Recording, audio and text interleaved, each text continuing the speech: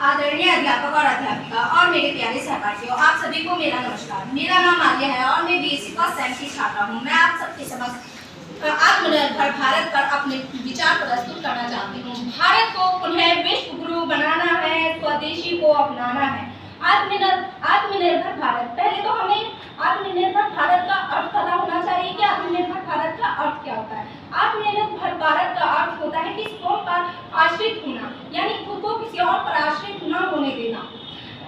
ये शब्द जितना एक व्यक्ति के लिए जरूरी होता है, उतना ही जरूरी देश, गांव, एक कस्बे के लिए भी जरूरी होता है। यदि हमारा देश, हमारा गांव, हमारा कस्बा खुद पर निर्भर होगा तो हमें किसी दूसरे पर निर्भर नहीं होना पड़ेगा।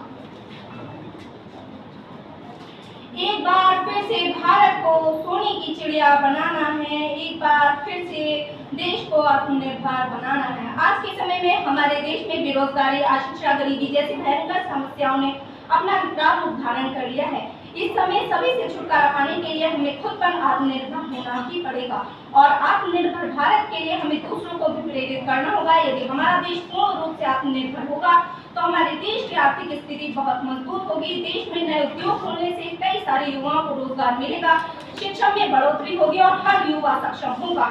इस सभी से हमारे देश की आर्थिक स्थिति में बहुत सुधार होगा। हमारे देश का युवा हर वो कार्य कर सकता है जिसका वो मन में ठान ले। यह आपकी कोरोना जैसी महामारी के संक्रमण फैल जाने से हमारे देश में जो समस्या सामने आई थी, इनमें देश के सभी लोगों ने एक दूसरे की मदद करके हमारे देश को एक दूसरे की नजर में और भी ऊंचा कर दिया है। हमें अपने देश को आत्मनिर्भर बनाने के लिए हर वो कोशिश करनी चाहिए जो हम कर सकते हैं। इसके लिए हमें अधिक से अधिक स्वदेशी वस्तुओं का अधिक से अधिक प्रयोग करना होगा। जैसे जब हम बाजार कोई भी वस्तु खरीदने के लिए जाते हैं तो हम उस वस्तु को देख कर ही लें कि वो वस्तु भारत की है या नहीं। इसी में मैं अपनी वाणी को समाप्त करते हुए दो पंक्तियों के साथ कहूंगी, अचर लिखो अमर लिखो, कि अचर लिखो अमर लिखो, चलो मिलकर फिर से आत्मनिर्भर भारत लिखो।